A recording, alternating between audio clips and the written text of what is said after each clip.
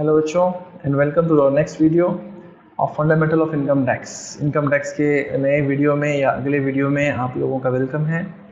तो चलिए, हम लोगों ने शायद ग्रॉस टोटल इनकम समझ के लिए थे जीटीआई किसको बोलना चाहिए, जीटीआई का मतलब क्या होता है, और जीटीआई में हमको ये बात समझ में आई थी जीटीआई के अंदर कि ग्रॉस टोटल इनकम हम लोग ऐसी चीज़ को बोलेंगे जिसका हम लोग एग्रीगेट निकालें, जिसका एग्रीगेट उनके पूरे के पूरे हेड्स का, कोई भी एक पर्सन के, कोई भी एक एसएससी के, कोई भी एक इंडिविजुअल के, हम जब पूरे हेड्स को जोड़ लेते हैं, सारे हेड्स की इनकम को ऐड कर लेते हैं, तो जो आंसर निकल के सामने आता है वो आंसर कहा जाता है ग्रॉस टोटल इनकम।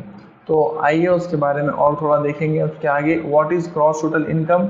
तो gross total income means section 80B subsection 5 के अंदर ये बात लिखी हुई है, total of all the heads, total of all the heads of income is called GTI. एकदम सिंपल। जीटीआई किसे कहेंगे? जीटीआई कहेंगे इनकम के जितने भी हेड्स है उन सारे हेड्स को टोटल मार दो, दैट इज जीटीआई। एकदम सिंपल। तो नेक्स्ट अगर आप बात करेंगे आगे, तो हु इज एन एसएससी? तो हम एसएससी किसको बोलना, एक नया वर्ड है आप लोगों के लिए, ध्यान से देखो, ध्यान से सुनो, किसे कहना चाहिए एसएससी। तो हु इज एन एसएससी?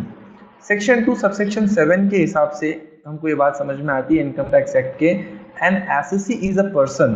तो मालूम ये चला कि एसएससी तो किसे कहते हैं? पर्सन को कहते हैं। और पर्सन किसको बोलते हैं ये ऑलरेडी हम लोगों ने पिछले वीडियोस में कवर कर चुके हैं। जो बच्चों को नहीं देखे, जो बच्चों ने नहीं देखे, वो लोग जाके पुरानी वीडियोस देखो। An assessee is a person. Assessee कौन है? पर्सन है। एक ऐसा पर्सन है हु हैज बिकम लायबल, जिसके ऊपर जिम्मेदारी आ चुकी है, लायबिलिटी आ चुकी है, टू पे टैक्स। कि अब उसको क्या भरना है? टैक्स भरना है। तो मालूम क्या हुआ कि ऐसा पर्सन, पर्सन किसको बोलते हैं ये ऑलरेडी पिछले वीडियोस में कवर हो गया। तो ऐसा पर्सन जिसके ऊपर जिम्मेदारी आ गई, क्या की जिम्मेदारी आ गई? टैक्स भरना है, वही उसको, उसके ऊपर जिम्मेदारी आ गई है, उसको अब टैक्स भरना है। तो ऐसे पर्सन को हम लोग क्या कहेंगे? एसएससी कहेंगे। अब पर्सन में हम जब स्टडी कर रहे थे पर्सन के बारे में, तो हमने आपको बोले थे कि पर्सन कौन है। आप भी पर्सन है, मैं भी पर्सन हूँ, राम पर्सन है, श्याम पर्सन है, अब्दुल पर्सन है, रहीम पर्सन है, बहुत सारे लोग हैं पर्सन, सब हम पर्सन से। लेकिन हम सब एसएससीज नहीं हैं। एसएससी बनने के लिए आपके ऊपर लायबिलिटी आना जरूरी है। और कौन सी लायबिलिटी? किस चीज़ की लायबिलिटी? टैक्स भरने की लायबिलिटी, टैक्स भरने की जिम्मेदारी आपके ऊपर आना जरूरी है। अगर वो आती है तो ही आप एसएससी कहलाए जाएंगे, नहीं तो आप एसएससी नहीं है। जो बंदा टैक्स भर रहा है या फिर जिसके ऊपर लायबिलिटी है उसको टैक्स भरना है, that person will be called as assessee. अब किसके ऊपर लायबिलिटी आती है टैक्स भरने की? कौन भरना भाई टैक्स? सिंपल है, आप लोग टैक्स भरते नहीं भरते? आप लोग टैक्स क्यों नहीं भरते? क्योंकि इनकम ही नहीं है ना ये। अरे भैया पहले इनकम होंगी फिर टैक्स भरेंगे, इनकम ही तो कैसे टैक्स भरना? तो मालूम ये हुआ कि इनकम टैक्स एक्ट के अंदर एक लिमिट लगी हुई है। अगर कोई आदमी उस लिमिट से ज़्यादा पैसा कमा लेता है कुछ साल के अंदर, तो वो पर्सन के क्राइटेरिया से निकल के या पर्सन की कैटेगरी से निकल के क्या बन जाता? एसएससी बन जाता। तो इसलिए एक बहुत बड़ी मशहूर बात मैं आप लोगों को बोलने वाला हूँ, बहुत मशहूर बात है, इतनी मशहूर बात है कि किसको नहीं मालूम है, इतनी मशहूर बात है। तो बात ये है कि हर एक assessee, every assessee is a person. हर एसएससी क्या है? पर्सन है। But every person need not to be an assessee. लेकिन हर पर्सन एसएससी है ऐसा जरूरी नहीं है। समझे आप बात को? हर एसएससी पर्सन है, क्योंकि पहले वो पर्सन बनता, फिर अगर उसकी इनकम हो रही है तो फिर वो एसएससी बनता। समझे? लेकिन जो एसएससी है वो पर्सन है, लेकिन हर पर्सन एसएससी नहीं है। जैसे कि आप एसएससी नहीं हो, आप पर्सन हो लेकिन आप एसएससी नहीं हो। तो ये बात है। उसके बाद में आगे बनेंगे अपन, when did a person becomes liable to pay tax? कब आती है जिम्मेदारी कांधों के ऊपर? तो एनी पर्सन, पर्सन में हम लोग कौन से पर्सन की स्टडी कर रहे हैं? इंडिविजुअल की। तो एनी पर्सन जिसकी ग्रॉस टोटल इनकम, GTI मैंने समझाया आपको किसको बोलते हैं। GTI मतलब एग्रीगेट ऑफ ऑल हेड्स, सारे हेड्स को मिला के जो इनकम बन जाती है ना, सैलरी, हाउस प्रॉपर्टी वगैरह वगैरह, अमक डमक सब लोगों को मिला के जो इनकम बन जाती है उसको हम लोग ग्रॉस टोटल इनकम बोलते हैं। तो यहाँ पर क्या बोल रहा, एनी पर्सन, ठीक है, जो कि इंडिविजुअल है, इंडिविजुअल पर्सन जिसकी GTI is more than 2.5 lakh, उसकी gross total income 2.5 lakh. 2.5 lakh क्या है, लिमिट है, लिमिट सेट किसने किया है, ये इनकम टैक्स ने लिमिट सेट किया। 2.5 लाख रुपये के आगे जिसका भी ग्रॉस टोटल इनकम जाएगा, that person will be liable to pay tax, and if he is liable to pay tax then he will be considered as an SSE। तो हम लोग उसको SSE मान के चलेंगे। ओके, बात क्लियर है आप लोगों को यहाँ पर। तो सिंपल सी बात है, ग्रॉस टोटल इनकम हुआ हमारा, aggregate of all head is called gross total income. SSE किसे कहेंगे, वो पर्सन जिसके ऊपर टैक्स भरने की लायबिलिटी आ जाए वो SSE है। ओके, अब लायबिलिटी आना किसको कहते हैं, तो लायबिलिटी आना कहते हैं कि जब आप एक लिमिट से ज्यादा इनकम कमा लो। एक लिमिट मतलब कौन सी लिमिट, तो इनकम टैक्स एक्ट में वो लिमिट फिलहाल 2.5 लाख रुपयों की है। अगर कोई पर्सन मतलब इंडिविजुअल पर्सन अगर 2.5 लाख की लिमिट को क्रॉस कर जाता है एक साल के अंदर, क्या, GTI gross total income, gross total income अगर उसकी 2.5 लाख को क्रॉस कर जाती है तो फिर उसको क्या भरना पड़ेगा, तो उसको भरना पड़ेगा टैक्स। तो फिर वो पर्सन से निकल के क्या बन जाएगा, SSE बन जाएगा। ठीक है, फिर उसको इनकम टैक्स रिटर्न फाइल करनी पड़ेगी। अगर वो उसका GTI 2.5 लाख से ऊपर जाता है तो GTI आएगा 2.5 लाख से ऊपर, लायबल टू पे टैक्स, तो पर्सन क्या बन गया, SSE। इसलिए every SSE is a person but every person is not an SSE। ना वगैरह को अच्छी बात है। सो SSE शेल पे द टैक्स ऑन GTI। सीधी बात है भैया, GTI 2.5 लाख के ऊपर जाएगा तो SSE लायबल है। किस बात के लिए लायबल है, टू पे the tax on GTI, GTI के ऊपर उसको टैक्स देना है। नो, उसके ऊपर नहीं देना है, GTI के ऊपर उसको टैक्स नहीं पे करना है। आप बोलेंगे आप सर ऐसा क्यों, ये GTI है, उसका फुल फॉर्म क्या है, ग्रॉस टोटल इनकम। क्या फुल फॉर्म है, ग्रॉस। ग्रॉस वर्ड सुने होंगे आप इससे पहले प्रॉफिट के साथ, ग्रॉस प्रॉफिट। क्या वो प्रॉफिट जो ग्रॉस प्रॉफिट के नाम से आता है वो फाइनल प्रॉफिट रहता है या उसके बाद में और कुछ काम होके नेट प्रॉफिट निकल के आता, नेट प्रॉफिट निकल के आता ना, है ना। तो वैसे ही यहाँ पर भी ग्रॉस टोटल इनकम के बाद नेट टोटल इनकम निकल के आती है। ग्रॉस टोटल इनकम के बाद क्या निकल के आएंगी, नेट टोटल इनकम। SSE को उसके ऊपर टैक्स पे करना है। कंफ्यूजिंग, शुरू में समझाता हूँ। 5 हेड है, 5 हेड को जोड़ लिया, GTI बन गया।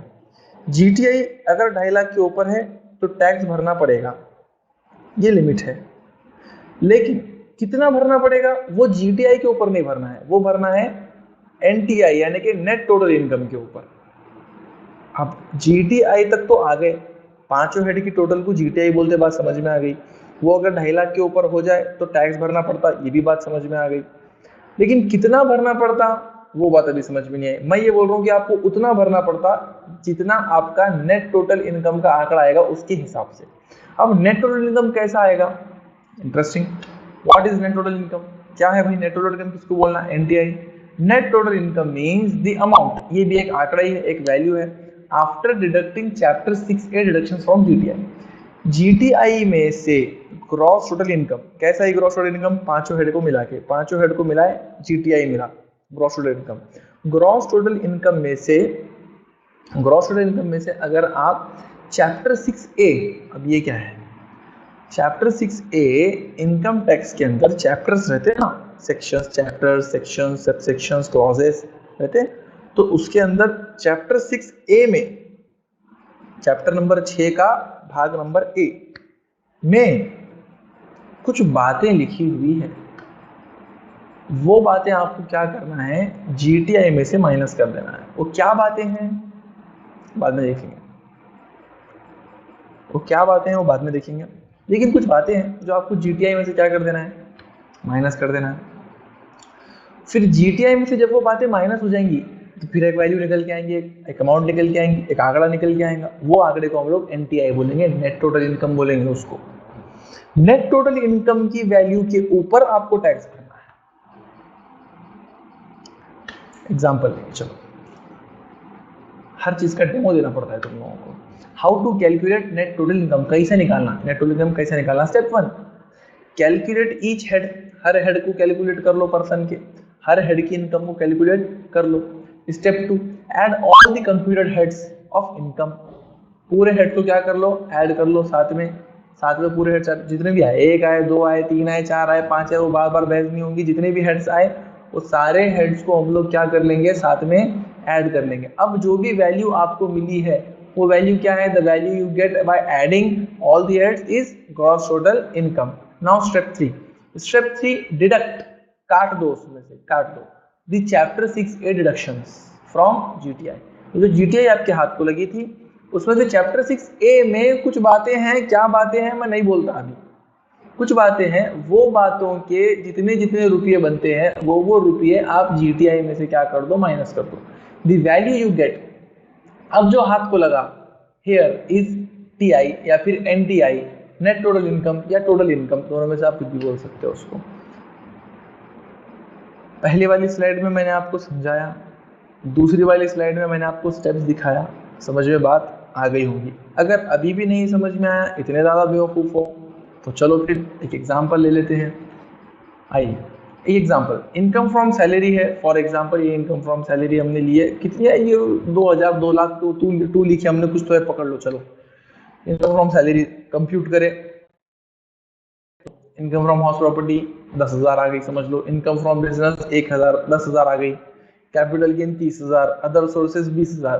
तो हमने क्या किया, सारे हेड्स की इनकम को जोड़ लिए, सारे हेड्स की इनकम को ऐड कर लिए, ये सारे पांचों हेड को ऐड कर लिए, तो क्या मिला, जीटीआई मिला, ग्रॉस टोटल इनकम मिला। कितना मिला, 90,000 पकड़ लो, ये 20, 10, 10, 30, 20, कितना आ गया, 90,000। 90,000 हमारा क्या आ गया, जीटीआई, 90,000 जीटीआई आ गया, ठीक है। मगर जीटीआई में से भी क्या माइनस करना पड़ेगा अपने को, चैप्टर 6A के डिडक्शंस, फिर क्या आएगा, टोटल इनकम। तो एक स्टेप बढ़ गई आपकी, टोटल इनकम आएगा, कैसे आएगा, डिडक्शंस देके। डिडक्शंस कौन से, चैप्टर 6A के deductions. For example chapter 6A के कुछ आइटम्स है, वो आइटम्स के लिए एलिजिबल हो गए, वो डिडक्शंस इनको हम दे सकते हैं, ठीक है। एक एग्जांपल ले लेता हूँ, चलो एग्जांपल होगा तो सिंपल हो जाएगा तुम लोगों को।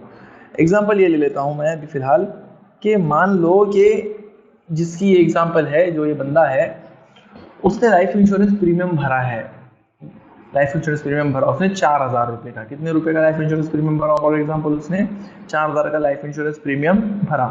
चैप्टर 6A के अंदर लिखा हुआ है कि जो बंदा लाइफ इंश्योरेंस प्रीमियम भरे उसको डिडक्शन दे दो, उसको डिडक्शन दे दो।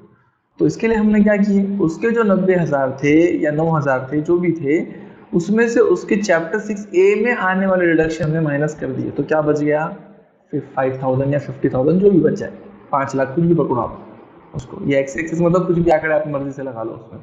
तो देखो बात कैसे समझ में, ये पूरा स्ट्रक्चर पूरा क्लियर हुआ क्या, देखो आप लोग थोड़ा इसको, ये एक हेड कंप्यूट हुआ सैलरी का, दूसरा हेड कंप्यूट हुआ हाउस प्रॉपर्टी, तीसरा हेड कंप्यूट हुआ बिजनेस, चौथा हेड कंप्यूट हुआ कैपिटल गेन, पांचवा हेड कंप्यूट हुआ अदर सोर्सेज। पांचों हेड की टोटल भी ग्रॉस टोटल इनकम बना।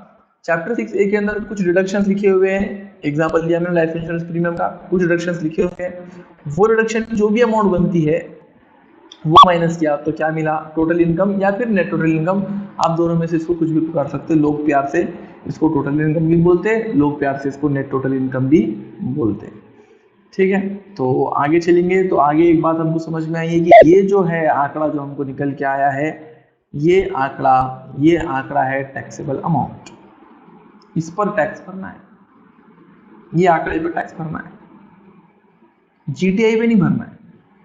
जीटीआई तय करेगा कि टैक्स भरना है या नहीं भरना है, जीटीआई की वैल्यू डिसाइड कर रही कि ये बंदे को टैक्स भरना है या नहीं भरना है। 2.5 लाख के ऊपर गया तो भरना है, 2.5 लाख के नीचे गया तो भरना नहीं है।